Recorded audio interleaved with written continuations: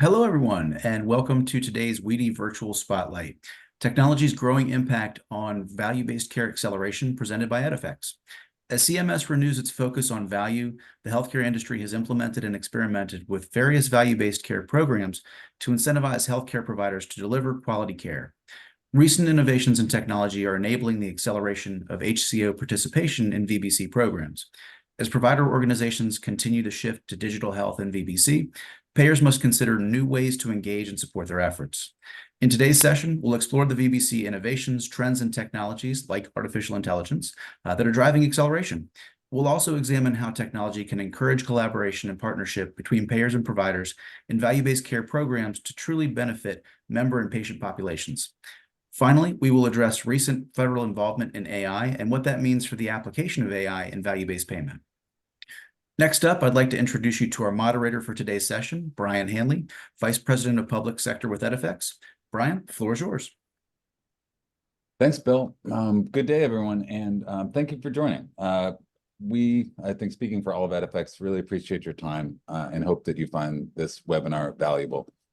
As Bill mentioned, my name is Brian Hanley, and I lead Edifecs' public sector team working with CMS, the VA, and the majority of state Medicaid agencies. Standards are at the core of the work we do at Edifecs, so we're especially interested in problems and standards-based solutions that span lines of business: Medicare, Medicaid, ACO, managed care, and commercial. After all, providers take care of the same patients, or take care of patients from all of those payers. I'm joined today by two of my colleagues, Mike Patwell and Dr. Dimitri Plesas. Mike is a 40-year software development veteran with the past 30 years dedicated to healthcare. Mike chairs the Weedy Payment Models Work Group and proudly represents Edifecs on the Weedy Board of Directors. Dimitri has led AI teams in building impactful predictive models for over a decade, having recently been awarded the 2023 Allendorfer Prize by the Mathematical Association of America for his work using AI, using Markov matrices to rank boxers from the 90s by developing predictions of value from a network of data. In his day job, he's iterating those same principles to help Edifecs better understand provider performance in the context of value-based care contracts. So before we get started, a few ground rules. We want this to be participatory, so please put your comments in the chat at any time, and we'll have our brief discussion and then dig into the most interesting questions. Also, if anyone wants to be on camera, we certainly invite you.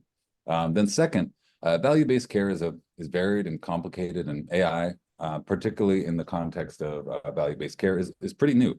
So we're going to attempt a jargon-free discussion. So if anyone would like to keep score of unexplained jargon like model hallucination, HHVP, CMMCH, CRJ models, etc., for Dimitri, Mike, and I, the loser will bring a fruit basket to the next Weedy conference. And I think so far, Bill is losing this competition based on the jargon in the introduction. So those are some ground rules. Again, we're really excited to be here. So just to start, where does value-based care fall on the Gartner hype cycle? It's clear that we haven't yet hit that plateau of productivity. We're probably past the innovation triggers and peak of inflated expectations. We'll explore today why we should be past the trough of disillusionment and some of the incredible work that's happening and needs to continue to drive the curve of enlightenment. Now, if you have kids like I do, you probably think that the Gartner hype cycle just ripped off the Phantom toll booth. So let's ditch that and kind of start by level setting where we are today in aggregate. So we'll start our story with the Affordable Care Act, which created several provisions to reform how our nation structures and pays for its healthcare, including the creation of the Center for Medicare and Medicaid Innovation, CMMI, to test and promote innovative payment and delivery models.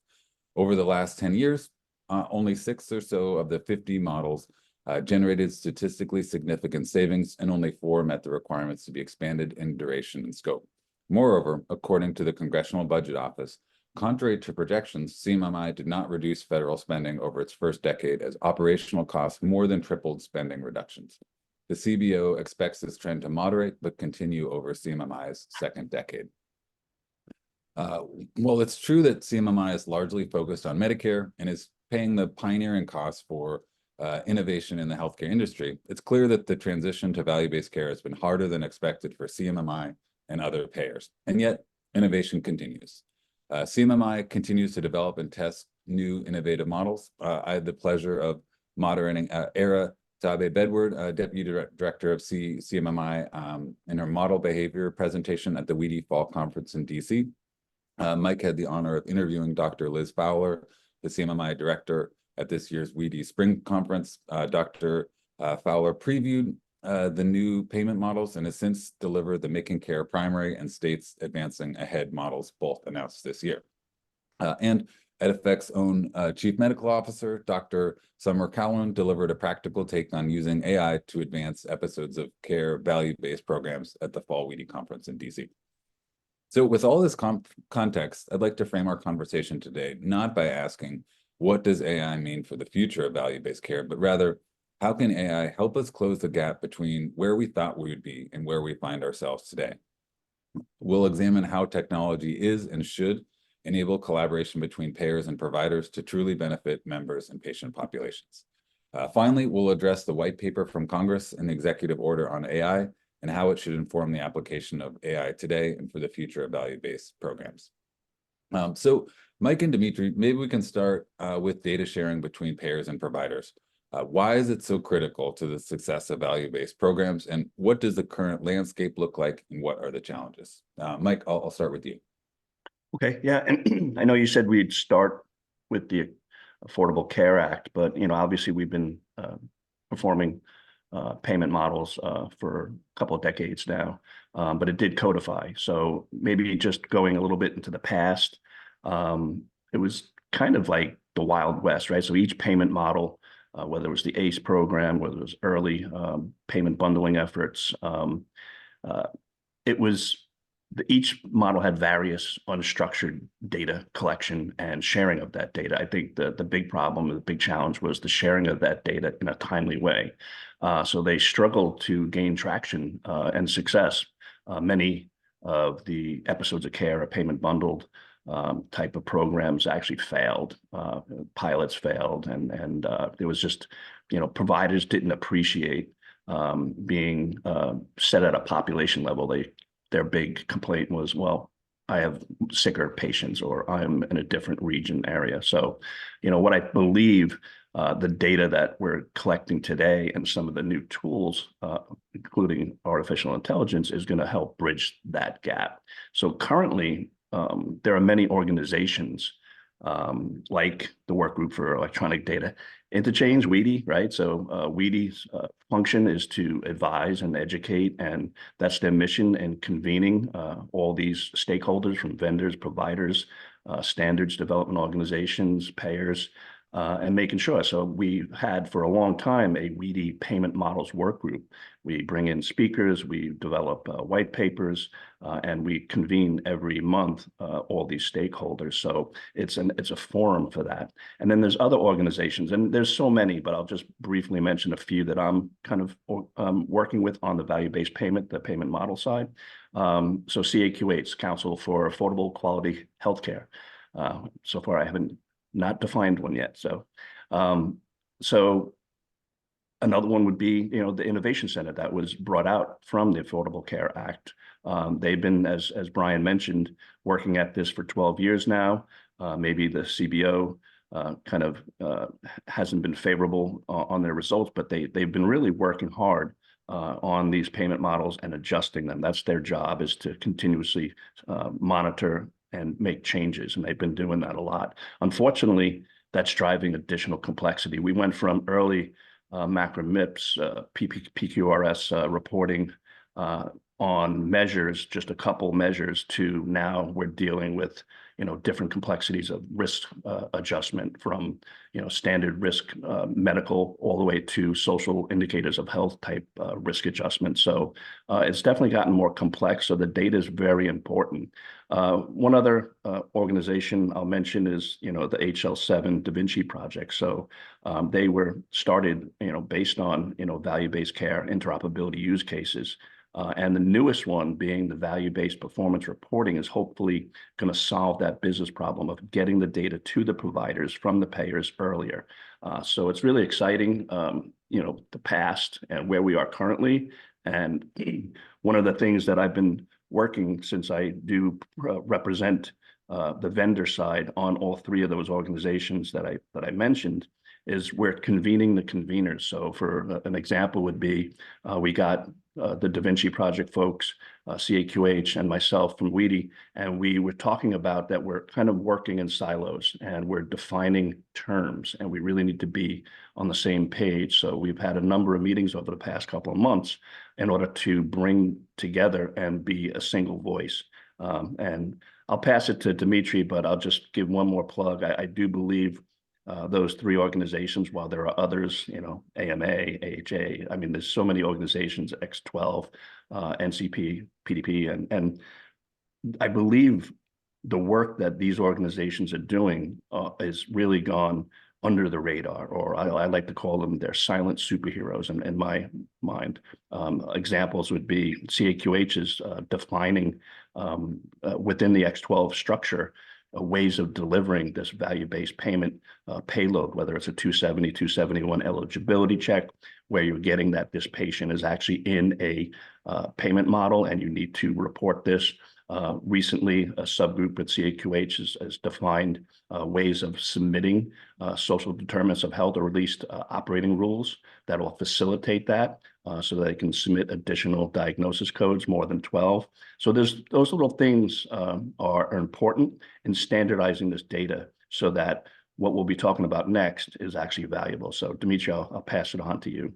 Oh, and just to add to that, coming from the analytics and science side, having that data in the right format is crucial. And looking at value-based care, it's a perfect microcosm of this in healthcare. So I'm just going to say the work that WEDI, HL7, CAQH is doing from an AI and analytics perspective is timely and needed and salient, especially as the AI revolution is starting. And to really come into that, let me talk about value-based care. So in value-based care, the whole promise and potential that we were seeing out of it was to hit these sweet spots of low cost and high quality care by finding these process improvements, by finding and putting incentive to find process improvements and look at patients longitudinally. That's a massive analytics challenge. And we see it through the payment models. We have a lot of payment models. They've sort of created a kaleidoscope of different ways to attack this analytics challenge of finding these sweet spots, with different amounts of risk to the providers. And it would be, I think, too simple to say that data is the only reason these fail. But data is a big piece as to why we've seen so much challenge, because we're trying to find sweet spots. You need to know more than just your memberships. You need to know more than just their attribution. You need to know more than just their claims data. You also need to know about your providers. You need to know where everyone's located. You need to be able to bring in issues about their environment, whether that be SDOH or whether that just be regional price differences. You want to make sure to be able to account for these because you're asking providers to take on more risk. So having that data available in the right quantity and of that right breadth is a large challenge. And it's been a large challenge, I think, in the healthcare space for a long time. But analytics is fueled by data. Every great insight we've seen, every wonderful AI advancement we've had is only possible because of the data we've had underneath it. And without that data, we know we can't have those insights. And so when we're looking at value-based care, it needed to understand holistically what was going on in both the practice, the environment, and the patient's lives. It's a massive data challenge. One of the largest I've seen in the healthcare space, to sort of get all those pieces together and make sure that we have that complete picture to do it right. And so that type and volume matters. And that's becoming sort of, I think, the roadblock that we've been seeing when we look at least the technology perspective in value-based care, is making sure that once that data gets together, then we can start doing advanced analytics. But getting that data in one spot, and we've seen this in other industries too. That's why data lakes are becoming popular across, e-commerce and all the places that we're starting to realize AI analytics, we need it all together. With that, I think I'm going to pass it back to you, Brian. Yeah, so I think these are an interesting discussion, Mike, particularly the point that you had, right, where, how can we use the existing schema of transactions to support value-based care while, not finding ourselves in a situation where we're trying to use the tools of fee-for-service for a very different healthcare delivery model. And, I think to kind of take us to the next topic, there's a difference between data and insights, right? And with value-based care, if you can permit me a convoluted analogy here, if incentives are the fuel for transformation, and most providers only see a fuel reading a few times a year, and they're expected to have kind of mechanic level knowledge of how the car is performing that data, it's going to be difficult to get them to participate, to go on the journey. So how can we provide real-time mile per gallon calculations so that they can optimize their driving behaviors, and a simple dashboard to tell them what needs attention? And in short, there are kind of preconditions. AI shouldn't just optimize calculations. It needs to be a component of optimized insight. We need to focus innovation on that point of constraint, which is insight. So speaking of insights, it's great to hear that organizations like WEDI, CAQH, and HL7 Da Vinci are helping to create a framework and foundation for the standard collection and sharing of data. With improved data, what's the role of analytics and reporting in bridging that gap between data and insight to enable successful and scalable value-based programs? Dimitri, I think let's start with you on this one. Great, definitely. So as we mentioned in the previous question, I really like this analogy, so let's keep it going. Data is the fuel of analytics, and it is the core of AI. And so having well-defined data interoperability standards, platforms, technologies that allow us for that collection, that aggregation, that data is very necessary for value-based care for the exact reason you said, Brian. We need to have those insights. So while data is that foundational level,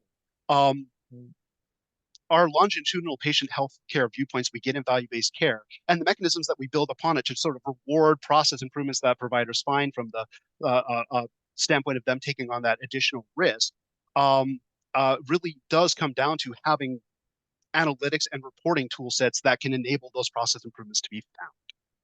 And so providers will often just get data dumps of, here's how we're doing at the end of the contract of how your patients perform. Often not with any insights, just the raw data or very minorly aggregated. And we're asking the providers to take on this massive amount of shared risk. Well, now we do have analytics platforms. Now we do have AI. We can provide them those insights so that those process improvements can be found in the middle of their treatment, whether it be through an APM like an episodic bundle or, an alternate payment model. Let's make sure I'm not going to be the one bringing the fruit basket. Or the something like a full capitation where they have a lot more control. Well, all of that requires even more insight so that they can find and act on those process improvements. And it behooves all of us, the providers and the payers, to be providing those, to be finding those, because as we achieve lower cost, higher quality of care, we start hitting that triple aim from CMS, it benefits all of us. But something I want to be sort of careful about is when we start bringing AI, things get a bit more complicated. And the reason being is, while data provides us insights, and from analytics, we can see and make adjustments on sort of what happens and what we can do to improve, AI takes that data and learns from it and uses it. And so there's one additional piece from AI that we want to be sort of careful about, which is whereas data is that field of analytics, since the AI takes and extends that learning and holds it into the future, its individual predictions will affect people based on what it learns from that data. So it holds and runs that data. So for it to make accurate decisions, it has to have a deep understanding of all the components inside that value-based care contract. It's going to take all that data and it's going to project it forward. So if it's missing a crucial piece, for example, it doesn't know about your enrollment, how is it going to make appropriate decisions on that? It's going to start making biased decisions. And so the AI is going to know the providers, the patients, the claims, the contracts, the networks. It's going to need that robust data, and that puts a huge amount of responsibility on that data that we haven't seen before. And I think that's another a big component to this when we start bringing in the AI. So I want to keep that focus to it. It's important to make sure the data we have when we're training our AI, it's not biased, say, against a protected class. In analytics reporting, if that happens, we can account for it and move on. If it's an AI, now you have to retrain your AI, you have to remake it. And so I just want to say that interoperability, everything we're talking about, the data standards, all those tool sets, everything needed for value-based care, when you look at it from the analytics side, it becomes supercharged when you go to AI. And so the tool set, the insights, everything we provide, they're going to be there, but so is all of our responsibility to make sure the data's there. And so with that, oh, good. I was going to pass it back to you. Please go ahead. Oh, no, I was going to say, I was just going to pass it back to you, Brian. Sure. So just to make the stakes very clear here, if we're talking about sharing data with providers, we're then asking them to take on that analytical burden. I think you're saying that, while AI isn't table stakes, it is a part of how the work is being done today. But there is a significant responsibility in using it to prevent the predictive aspects of it from kind of internalizing bias or experiencing hallucinations. So I think it's a really interesting question to bring up. What is the level of support that providers should be developing themselves, for this kind of operational AI, and what can and should we expect versus what support should come from the payer, and how can they engage the provider in a transparent and explainable operations that includes AI. So I think the stakes are pretty high here. But let's shift to kind of the positive here. So once the foundation for effectively sharing data and AI driven insights is established, how can AI enabled analytics result in better value-based care programs? And can you give us some examples? Mike, let's start with you. Okay, well, sure. Well, first, let me describe a few additional problems. I already spoke to one, but what's been, holding back this success in value-based care programs is I've mentioned the episodes of care payment bundles where providers were being pooled into a population of type of providers, and then saying, for an example, a hip replacement, you're going to get $20,000 because where you practice and what your peers are doing. And they just pushed back. That's unfairly compensating the providers for some of the, comorbidities or some of the other factors that drive up costs within an episode of care. Then go into some of the more simpler programs like shared savings or pay for performance, pay for reporting. That's still structured on the fee for service, and they're using claims, and the provider's only incentive to just do the minimum on the reporting side or of the performance, and they kind of take the ball, the eye off the ball on the financial side, which kind of sacks them in a lot of the ways of their getting their bonuses.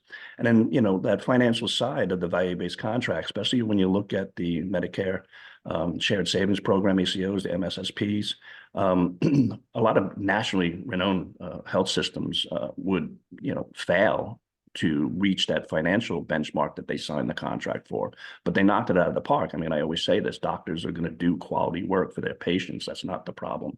It's the contract terms and finding out late with no data that you could have did a few more of these outreaches to your population, and then would have received the proper compensation. And then the last would be taking on that downside risk and having the trust in the data that you're being provided, whether it's from CMS or whether it's from a commercial payer. It's all the same. So to your point, how AI is going to help solve those problems. It's not going to be a magic bullet. It's going to be pieces. We're going to start to chip away at the problems, and I'll hand it off to Dimitri to discuss some of the things as you were asking us for examples. Definitely, and I want to give some examples, and I think we'll talk about a few to drive home a point. You mentioned something, Brian, that I want to come to, which is the stakes that we're seeing around the AI being used in healthcare. And I think for clinical AI, the stakes are obvious, right? You miss a cancer diagnosis, that's someone's lives. But when we're talking about operational AI, and broadly, I mean AI around the administration and running settlements, payments around healthcare administrative contracts like value-based care, that still impacts the patients. That like depending on how that works, that's the benefit that they're going to be getting out of it. It's the lower mortality rate, say in a paternity episodic bundle. It's the cost savings that they and the plan is going to see. I feel the stakes are important here enough that we should be very cognizant that this is happening. Operational AI is being implemented quietly across the entire healthcare industry. And so we're going to see a lot of the promise from it. I want to talk about some of the examples for it and how it really enables us. But we should be also cognizant that the stakes for this are high too, that it's going to be enabling a lot of great things, but we should be cautious as we're talking about AI regulation later, that we keep operational AI in our mind and not just clinical AI. But let's talk about some examples of some of that promise. So let's talk about episodic bundles. So one of the biggest issues in episodic bundles is the sense of risk adjustment. When you're talking about the risk adjustment in an episodic bundle, now you really need to be looking at things at the member level because every episode is going to be judged separately, even though they get aggregated. You're going to need to know deep things about that patient. When we're talking about, say, a paternity, a maternal episode, we're talking about a lot of demographic factors that are now going to drastically affect that episode. Beyond other care, which we know SDOH is important, social determinants of health, again, trying to avoid that fruit basket, is important across, those indicators are current across all types of care, but we know there's certain episodic bundles where those are going to directly affect the cost. They're even going to affect the treatment patterns. So you need to have those accounted for inside your risk adjustment. So now you're looking at an analytics challenge just inside this episode, which is far different than the standard risk adjustment we've been used to seeing. And so how do you scale something like that? You can't just bring up an infinite number of actuary teams across every region, every network, every payment arrangement type that you have that you're trying to bring into these contracts. You're going to need AI. And so that's one place where we've seen a lot of AI come on the operational side is how do we create more fair settlements in payment contracts, accounting for all the variables that actuary teams can't count. Another place is when we just talk about how do we administer and create these bundles?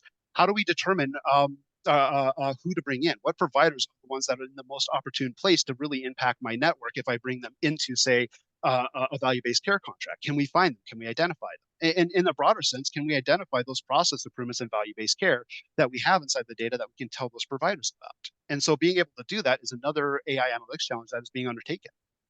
And so we're seeing that now starting to enter the industry. And so these are going to do everything that we're looking for, the triple aim. They're finding those improvements that are going to lower cost, that are going to really improve the quality of care and increase the patient outcomes over time. But these pieces are accelerating, and they're going to be in all the places we have. And it just makes sure that behooves us that as we're getting these benefits, we keep an eye on them, and we regulate so that they're working for us. And so hopefully, Bill, Brian, I'm going to pass this one back to you. But just with a final thought that we are seeing this operational AI is being implemented across the country as we speak, these last 2 years especially. So, Dimitri, could you just elaborate on, you mentioned the ability to, solve that problem where the provider thinks they have sicker. So how does AI help? Is there enormous amounts of data needed? Could you just go into some of the AI factors that help us solve that challenge? Definitely, Mike. So when we look at something like just episodic bundle risk adjustment, you have a bunch of factors that will come in that are outside of just the clinical space that need to be accounted for. For example, the price negotiations by the line of business you're in drastically change the way that those episode bundles are going to be computed. Sometimes in population groupers where you're looking like the overall year cost of care, it's not such a big deal. But when you're looking at an episode that's only 45 days or maybe even 11 months in terms of maternity, but only costs you're considering are the OB costs, the maternity costs, or the, say, other costs in the episode, suddenly it becomes very important to nail down all those internal features that come from the non-clinical aspects. So that's one big piece that you need AI to do. It's a lot of features that are going to interact with all the clinical conditions we're seeing from claims, and AI is the only one that can usually get in there and pick those pieces out. To do so, you need a fair amount of data. You don't need millions and millions and millions of claims, but you need, in the thousands. You need to have enough episodes so that as conditions come up, as demographics get, the AI can sort of tease those apart. And you'd want those across all those business units and lines of business that you're looking at. And what we've seen from, our work is that those business price negotiations, especially in episodic bundles, but I think is probably true of risk adjustment in general, maybe not as looked at as much, are hugely impacted. So that's one piece from the AI. You need to have that data. And it's not just the data around the claims. You need to have some demographic data as well to truly get the power of this. But if you do that, and you do it in a way that is auditable, explainable, and trustworthy, both sides of that contract feel comfortable about it. The payers feel like they've got a good understanding. They know that they're paying out correctly. And the providers feel like the risk that they're taking on is understood and that they can account for it. But it's the AI is required because of all those interacting features, the massive amounts of clinical features, which historically risk adjustment groupers have all been focused on, but not, and more recently, all of this now socioeconomic, demographic, social determinants data that needs to be accounted for as well. And it's possible that after another 10 years, we could do this analytically, but AI just speeds that. Yeah. And is it machine learning? Is it deep learning? Is it both? all of the above. And Okay. so we're going to, I think, really want to Okay. talk about this, and I'm going to bring this up in a deep section as I was thinking about where we're going in this conversation. But I just want to tease it right now, which is there's been a lot of work in the realm of deep learning that has shown us a lot of great promise. And I think we've all seen this with ChatGPT, with the image models like DALL-E and Midjourney, that AI has sort of had a state change. But something else has been going on under the hood, which is there's been a big push for explainable AI. And you've been hearing more about this lately too, as most people know. ChatGPT is a model that is powerful enough we don't understand it at all, and I'm willing to say that as a data scientist. But there is a lot of models that aren't like that we understand, even of the deep neural network variety. And on top of that, we've also been building explainable models that are just as powerful as deep neural networks, but we understand every decision made. And so that sort of revolution is also coming out, and we need all of them. We need the most predictive models for some of the pieces that we can't do any other way, or works with images and text in ways that traditional machine learning models, for those of you who are familiar with it, can't. But we also need those explainable models. When we're telling somebody in a contract that we're going to penalize them by a certain amount of money, they need to be able to, for legal and compliance reasons, trace that. And luckily, we've got a lot of, and I'll tease some of them, but as we go through. But I'll give some examples as we go of some of these explainable models that can really help us in this space. But it has to be all. Mike, you can't just do it with deep learning only and expect providers to feel comfortable with the contract. And we can't expect to do it with just the most raw explainable models, because there are some complexities that you really need a black box AI to dig out. The trick is balancing and trying to be as explainable as possible. Thank you. Thank you, Brian. On to you. Yeah, just looking at the time here, we're about 3/4 through our kind of planned content, and wanted to have some questions. Gotten one question directly, so people, please put questions in as they occur to you. We'll have some time at the end. I just want to make sure that Weedy lives up to its reputation, and we have that wonderful kind of cross-cutting industry discussion at the end. So to kind of segue from what Dimitri was talking about, value-based care is complicated enough before we begin introducing AI on top of it. But maybe that's the wrong way to think about it. Is there a way to think about AI as innovation by reduction, to reduce the complexity that's a barrier to value-based care adoption and success? And what do we need to do to use AI to increase transparency and promote trust, that kind of glass box versus the black box, not just in the AI domain, but in value-based care holistically? And I think it's easy to compare AI here to what we think AI should be, but I think it's also really relevant to compare a glass box AI with the current computation-based model that I think we can all agree doesn't provide that transparency that our provider driver needs in order to confidently go from point A to point B on the value-based care journey. So Dimitri, I'll pass it to you. Yeah, definitely. And maybe an example of that would be great to talk through. So let's talk through a black box deep learning algorithm that, say, is predicting a provider's efficiency in an episode versus a glass box model. And so this, of course, we'll take as a sort of a fake example, but this is real. Cornell and Microsoft have built a model called explainable boosting that's completely glass box and available, which competes and beats deep neural networks on structured data. So in a structured case where we're looking at all the claims that are coming in, the patient's enrollments, their attribution, their SDOH, assume we have all the data, and we're predicting sort of how well that provider is doing. In a black box model, we'll get those predictions out and they may be very, very accurate. But then we're going to want to work it backwards and say, okay, we think they're being efficient, but is it because of their cost of care? Is it because of their quality? And there's some tools that do exist post hoc that could help us with it. One that I'm going to mention is something called integrating gradients, but it's very computationally expensive. It's very slow, and we'd only do it in the absolute most dire necessary cases where a customer really wants to know about it, just because it's so computationally expensive. It can be done, but then we lose sort of, because of that computational cost, we lose all the wonderful insights that we get from it, the same insights we're used to from analytics. So let's think about what a glass box model would do in this case. A glass box model like explainable boosting, and I'll keep going to this one because it's one of the more famous ones, and it's out there, it's open source and free, will go and it will find the interactions, find all those things that a deep neural network will find. They'll say, okay, we're looking at it's the provider's cost of care, and we're noticing that in their region, the crime rate's going up quite a bit over the last few years, and their sort of self-reported health status in the region is pretty poor. We're going to expect that then things are going to be a lot more costly for the patients in that region, just given those environmental variables. Let's pull that down. And then I'll say it pulled down by exactly this much because of these features, and it lists that out for us. Now, when we're going through and we're trying to understand it, we can immediately drive back and we get all those insights for free. And it's not because these things weren't possible to be built. It's just that they weren't invented yet. This is a 2021 model that was recently available. A lot of companies and people in the industry haven't adopted to it yet.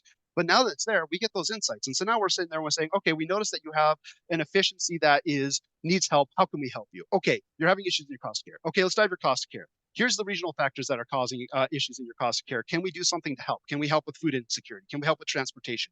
Can we help with those demographic factors? Oh, we noticed that there's clinical issues here. Can we help in the way that you're going through your clinical process to help reduce the cost of a sort of common treatment that you should be doing? Those become easily defined, and the model guides us to it. And so when we're looking at sort of what's even available right now, these exist. But it sort of behooves us to know about and ask that they be used because they're new. And the traditional models, and I know that's weird to say AI is slow to pick up on new things, but for the things that work, they're like every other industry. They don't often look to it. So it behooves us as, those of us in the healthcare industry to sort of demand this and to want those explanations, knowing that they can exist. That said, there will always be places where we can't get to that level. And so for those, it's going to behoove us to also still do testing for on the post hoc side, make sure that we run canary sets through. And then for all of these, I just want to add one more point since we're here, and this is for near and dear to me. We should also have an expectation that if we're talking about explainability in Glassbox and understanding these models, we understand their bias. We also have a lot of great tools now to test for bias for protected classes, things like disparate impact ratio or equal opportunity difference, and we have a lot of ability to see that these are happening. Where Glassbox models come in here that help us is it lets us correct. Whereas if we see there's a bias problem in a black box model, we have to figure out how we're going to fix that, and there's no easy way through it. If there's bias in a glass box model, you see exactly the decisions made, and you say, it's this demographic feature that's wrong. It's this part of the data that's biased, and you can correct it quickly. And so hopefully that gives a view of how that helps directly in the VPC payment. When we're talking about anything involving risk adjustment of a patient and payments or settlements, you should expect that we have this granularity. If we're ranking providers and judging them into contracts, you should expect we have this granularity figured out as well, because those are places where the stakes are high. It will impact the patients. It'll also impact the providers' lives. And so it behooves us to make sure that we have these sort of understanding of what our AI is doing. So, yeah, just to unpack I was that. about to, Mike, yeah. Yeah.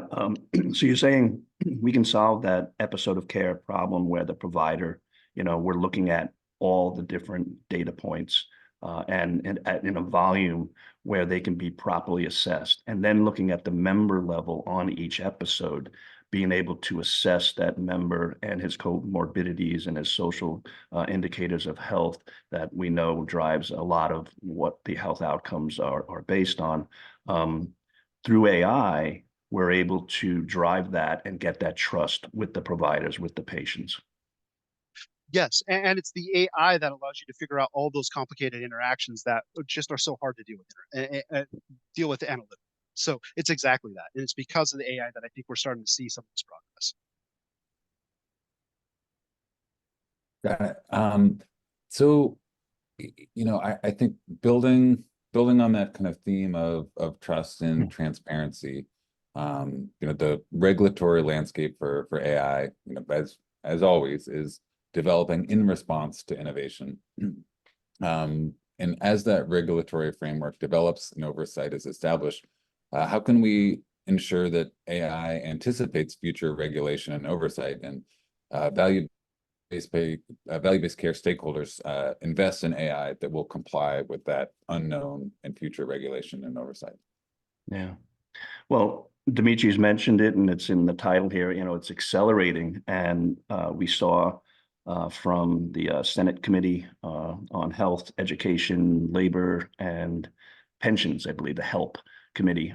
Dr. Cassidy, Senator Cassidy, released a 20-page white paper.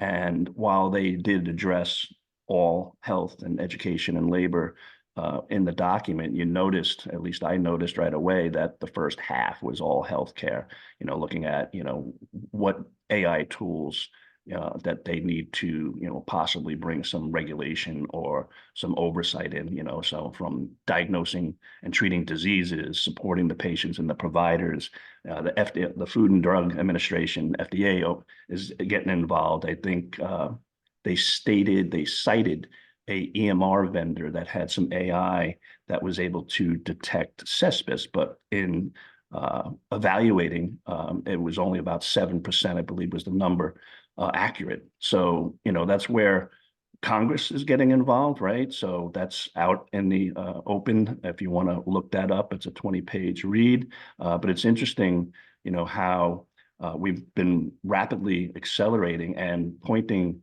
AI at multiple, whether it's the workplace or education or healthcare.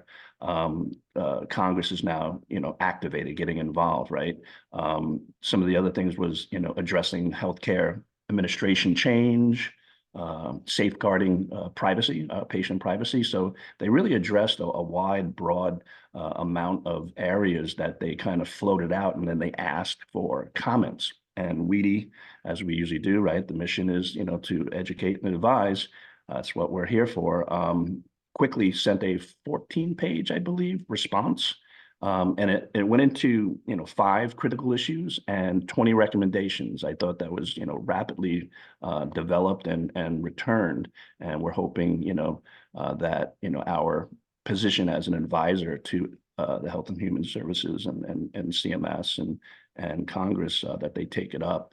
So the 5 critical issues, I won't go into all the 20 recommendations, but some of the more interesting ones, so WEDI was saying, you need to look at the patient perspective. You need to, offer, cross, pollination, look at, challenges for AI that's, for all healthcare stakeholders. And then, some recommendations for federal government action, but the recommendations were, to create oversight and be transparent, bring the funding and the research and the development, and development of definitions that are consistent, so that when vendors are creating the newest, algorithm in AI, that we're all working off the same definition, similar to convening the conveners on definitions and value-based payment that we discussed in the beginning. But I think we mentioned drafting a consumer bill of rights, and the big one I thought was really good was having consider that there's an AI. I think we said nutrition labels, to warn patients, and just many more. There was 20 great recommendations from the WEDI group, but would love to pass it on to Dimitri. We did do Dimitri joined the payment models work group, and we discussed this in length, and WEDI was able to get that up on YouTube. So there is a YouTube video on this a little bit deeper. I think we went about 35, 40 minutes. But Dimitri's been pretty passionate about that. That's why I brought him in to speak on it. Knowing that, Congress is getting involved and there's going to be guardrails. I just like to pass it to Dimitri to bring us home on this topic. Yeah, definitely. And we want to keep in mind that while in healthcare, we're seeing a lot of the effects of clinical and operational AI coming into being, this conversation is going to be being forced and accelerated by what's going on in the general space as well. So it's important for us to keep in mind that what's going on with ChatGPT, Gemini, these image models, this is all going to push forward on our regulatory landscape as well. And so one of the places we're going to probably see, and I foresee will happen, is we're going to see some form of government regulation body, whether that its own agency or as part of another agency. I know there's been some of Biden's executive order that's established a little bit of this, and Congress has been talking deeply about it. There is likely going to be set up a body for this, and I think it's going to behoove those of us in the healthcare industry to really make sure that we are represented in that body. But for those of us, especially now in the value-based contract or in the operational spaces, what we will likely see as an effect of this is um, there's going to be a big push to try to grab a lot of talent out of an already very tough pool of talent to fight for to bring into that government agency. And so I suspect that there's going to be some risk of regulatory capture. And that's just something that's special about the AI space that is a bit different than others. The AI space is very much researched by our connections through industry more than any other. And I know it's true in healthcare and others where you do have a lot of industry connections, but the vast majority of research being done now in AI is being done at Facebook. It's being done inside of Meta's labs. It's being done at Google. It's being done inside OpenAI. And so you don't have quite the strong contingent that you do in the academic world of the others. So regulatory capture is something we need to be cognizant about in the healthcare industry because that could be a danger to us from all aspects of the industry. Um, but it's something I think we can, as Weedy is a perfect place for this. We're industry leaders. We can make sure our voices are heard. We can make sure that we have our requirements met for this. And I think Weedy has done great. Its response was perfect in doing so. But it behooves us to be careful about this and to really push for that over the next few months. Now, in terms of the regulations as they come into AI, I think we're going to see a lot of great things. It's going to be about transparency, knowing what's in it. The nutritional labels as a recommendation is a great one. Having that is going to be, I think, eye-opening for everybody as to where AI is actually being used in their lives. And I think from that, we're going to see both a better understanding, but also a sort of demand that AI be done right. And that pressure, I think, is something that the healthcare industry, because of our requirements on compliance, but also because of our strong ethical mission, we're going to be well ahead.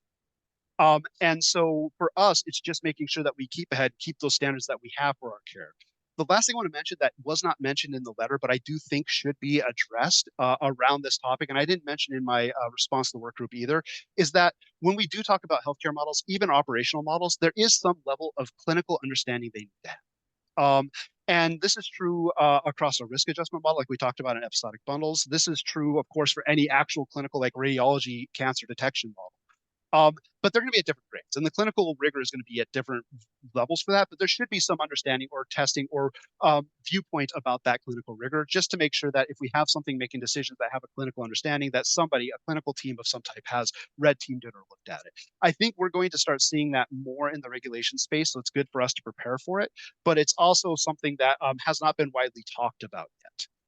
And so that's the last piece I'd want to make sure that we bring up on that. But I actually feel very hopeful for the healthcare space just because of our requirements for transparency and our very complex nature of our space. I think we're going to be well suited for these regulations that are coming forth on the general AI. For us, then it's going to behoove us to craft the healthcare ones to be best for our patients and best for best for our healthcare. Yeah, thanks, Dimitri, and thanks, Mike, for sharing your expertise. And the work that you're doing to advance value-based care. I think I want to try to sum up our conversations into a few points just in case anyone was multitasking. But I think first, this is a Weedy webinar, so we've tried to kind of explore these concepts rather than saying, here are the proof points, for how Edifecs is solving, has solved, will solve. So, we didn't say those things because it's a Weedy seminar, not because we're not doing them. So I just want to put that out there. But I think the key points I kind of bring out here before we take questions are, the promise of two-sided risk sharing requires that providers have the same or greater insight into payment as payers. Macroeconomic factors are much more challenging for providers today than they are for payers. And that imbalance is different than at the beginning of the pandemic, or when a lot of these kind of conceptions of value-based care were being advanced. So if payers are serious about provider adoption and participation, they need to level up the support that they're providing today. Second, robust data sharing is not just a precondition for value-based care. It's required for responsible AI. And we need to give serious consideration for what we are expecting providers to do in this space that is orthogonal to their primary purpose of caring for patients. Third, responsible operational AI should increase transparency insight and trust from the status quo and reduce the burden of provider participation and offer new capabilities for identifying, understanding, and removing bias. And then final point, in an evolving regulatory landscape, payers should understand A, how AI works in their models, B, how it uncovers and checks bias, and C, how it actually serves providers to ensure that when oversight is established, they will be compliant and their investments will be durable. Let's take a few questions. I'll just work from the bottom up. We don't have too many, so if people are holding their cards, please put them on the table and ask us some more questions. So the first question is, what are the low-hanging fruit for AI models to advance value-based care contract arrangements? In other words, what can we do right now to move the needle away from fee-for-service to value-based care? Dimitri or Mike, any thoughts on that? Want me to jump in? I'd be happy to take the first response to this. There are a lot of things that we can do right now to bring in AI models to help value-based care contracts. I would put this into 3 tiers. First, the data tier. If you have all the data, there's a lot of great things we do, but most of the time you're going to be very limited on the data that you have as you're starting out. So my suggestion and what can be done right now for almost everybody is to have better predictive models on where the metrics they care about are going. So, for example, do you have an understanding of a projected field of what the cost of care for the provider is going to be? So these don't even have to be super advanced models, but the good news is, in terms of simple to use AI models, time series prediction models, where we predict the future based on what's happening and maybe some of the features around us, is a very easy thing to set up. And it's usually integrated in many systems. That gives you an ability to start seeing future trends. That's important because it will help when we're looking at process arrangements to start playing what if games. If I do this, is it going to actually head towards a better patient outcome? So that's one place where you can immediately just implement an AI model and it'll help understand, give insights to your value-based care contract arrangements. Once you have all the data together, now there's a lot of great insights because AI can start bringing together all those interactions. So one of the ones we talked about here is risk adjustment. Being able to appropriately risk adjust complicated alternative payment models is a very tricky thing to do, and AI enables that very cleanly. And so being able to bring in trustworthy risk adjustment takes a lot of the provider worried about that downside shared risk that they might be pulling in away, provided you do it correctly, audibly, and they trust the source. And so there's 2 ways that AI immediately can step in and help value-based care contract arrangements. Mike, do you want to add anything to that? Well, something I already mentioned earlier is, making sure all the organizations that are working towards this are, being transparent and using the same definition. Some of the things that the WEDI letter to Congress amplified in the recommendations. So a lot of vendors are going to be out there creating, shiny objects and having a lot of promises. The one that the Congress white paper addressed was an EMR vendor that developed something and claimed it was going to be able to detect early cesspit, and it turned out it was only 7% accurate. So the transparency that if you're building an AI tool or algorithm or solution or platform, making sure that you start with the transparency and don't go too far off trying to solve difficult problems. Make sure that you're continuously keeping transparency in each stage of building out, because building AI solutions is a multi-stage process. I've listened to Dimitri, educate within Edifecs, and it's pretty amazing the levels of the training and the testing that goes into it, and then moving forward and throwing away things that you don't trust enough at a certain percentage level. So yeah, transparency. I believe AI is going to bring that. Bringing all these data sources that we could never do with spreadsheets, we could never do with even a really complex user interface. AI is going to be able to help us there and reduce that operational pressure on being able to do predictions with those tools. So Brian, anything from you? Yeah, I think when you think of the triple aim, my mind goes first to cost with this question. And if you think about, the rightful discussion about, where value-based care is today. The data points are not overwhelmingly positive in terms of its ability to reduce costs. And I think the reason for that is providers are not participating if they don't understand the contract, or they don't understand their performance in the contract. And so then they're not actually part of a two-sided risk model. They are only part of a two-sided risk model if they stand to benefit. And so then, you don't have a two-sided risk model. You have a one-sided risk model and opt-outs. So I'm a big believer in the theory of constraints, that you should focus your innovation on the bottleneck. And from my perspective, the bottleneck here is provider participation. So the extent to which we can focus AI on improving provider participation by reducing burden and increasing transparency, that should be our focus. So next question I'll get to is, what are some of the best sources of data? What role do HIEs play in providing more robust and better data for value-based care? I'll just go real quickly. It's been, I know HIEs collecting amazing clinical data for years. Some states having multiple HIEs that work together. The problem with using that data versus more of a data lake that Dimitri mentioned is that HIEs are great to look at Dimitri pluses and look at everything that is collected from multiple organizations, payers, everybody who's collecting or sending in information on Dimitri. What it doesn't do well is look across populations, which is really where you want to go across and do some effective analytics. So, yeah, I think the HIE is perfecting it and moving forward, but we've worked with many payers that'll get a bulk load of HIE data, and they're trying to do, let's say, diabetes. Are you looking for early movers or people who are moving from pre-diabetic to diabetic stages?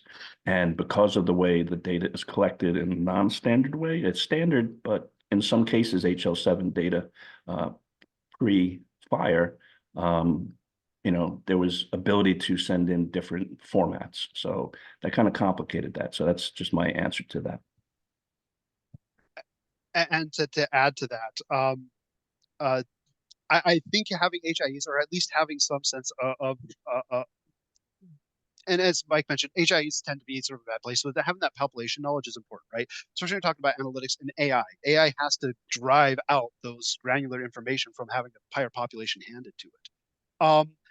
So what we tend to do, and what I've seen in the industry, is we do the best we can in terms of getting claims data, in terms of getting that population health statistics, and then we supplement it with as much environmental and economic data as we can. So, the FBI releases uniform crime reporting, BLS gives all sorts of labor statistics. You have the CDC, which has put out the SVI, and a lot of stuff based on the American Community Survey. I'm only going to list off acronyms, I promise, for government agencies. And you have, of course, quite a bit of information that comes out of CMS itself, as well as the Census Bureau. And so you get a lot of population level understanding from demographics from those sources. And then third parties have been doing a lot in our space as well. So, for example, the University of Wisconsin-Madison has had their area deprivation index be very successful. The Robert Graham Center has a significant amount of work being done in its social deprivation index. And you have places like Kaiser Family Foundation that just conducts the state statistics that you could ever want. And so having those out there sort of gives us at least an environmental view to sort of supplement what we see when we're looking at those losses in the population data. Yeah. But I'd say it's the number one bottleneck we have in this healthcare space on AI is the data. Yeah, and there's not a lot of great ways around it. And that University of Wisconsin, that where's that deprivation index and social determinants risk adjustment is being used in ACO REACH, and they're been continuously tweaking that as the payment models work group had Dr. Euban Park on to analyze that, and he is a part of a ACO REACH participant. There was one last question. I know we're at the end here, but Hema had asked about the letter from WEDI to Congress, and to answer your question, Hema, I believe the recommendation of having or drafting a consumer AI bill of rights would actually answer that. So I think we did address, you know, that question that you have, and maybe also the nutrition label to warn patients kind of thing on AI facilitated decisions and tools and such. If I could add to that really quickly, we've seen this in other industries too. So in the e-commerce space, GDPR from Europe has created a sort of a similar requirement, and CCPA from California has created one. And we've seen those be actually very beneficial to the consumers and to beneficiaries. So I think it's not something that we would necessarily want to avoid. I think people understand that this is happening and would like the transparency. Thank you. Well, that brings us to time. I'd like to thank everyone for joining. Also, I'd like to thank Weedy for having us. There were some questions that we didn't get to, but we'll answer those in writing and send them out to the folks who RSVP'd. You know, to the extent to which people want to continue this conversation, I think our information is pretty public, and we'd be very happy to do that. Big thanks to Mike, Dimitri, and Weedy, and all of you for joining. Indeed. And thank you to Brian. Thank you, Mike. Thank you, Dimitri. We appreciate all of the knowledge that you shared. Hopefully everyone in the audience is able to take that knowledge forward and tackle some of these big challenges of value-based care. To Brian's point, if you'd like to follow up with today's speakers, please feel free to reach out to them directly through LinkedIn or other methods, or feel free to reach out to Weedy staff. We're happy to make that connection for you. If you are a member, we also encourage you to join the Payment Models Work Group, which meets on the 4th Tuesday of the month. Also for Weedy members, we invite you to join us for the annual membership meeting taking place tomorrow at 12 p.m. Eastern. For anyone who's not yet a member, there are several events in January that are open to the industry. We're always here to talk with you about joining if you have any questions. Again, thank you to our partner with Edifecs. We really appreciate you being here today, and happy holidays to you all. Take care.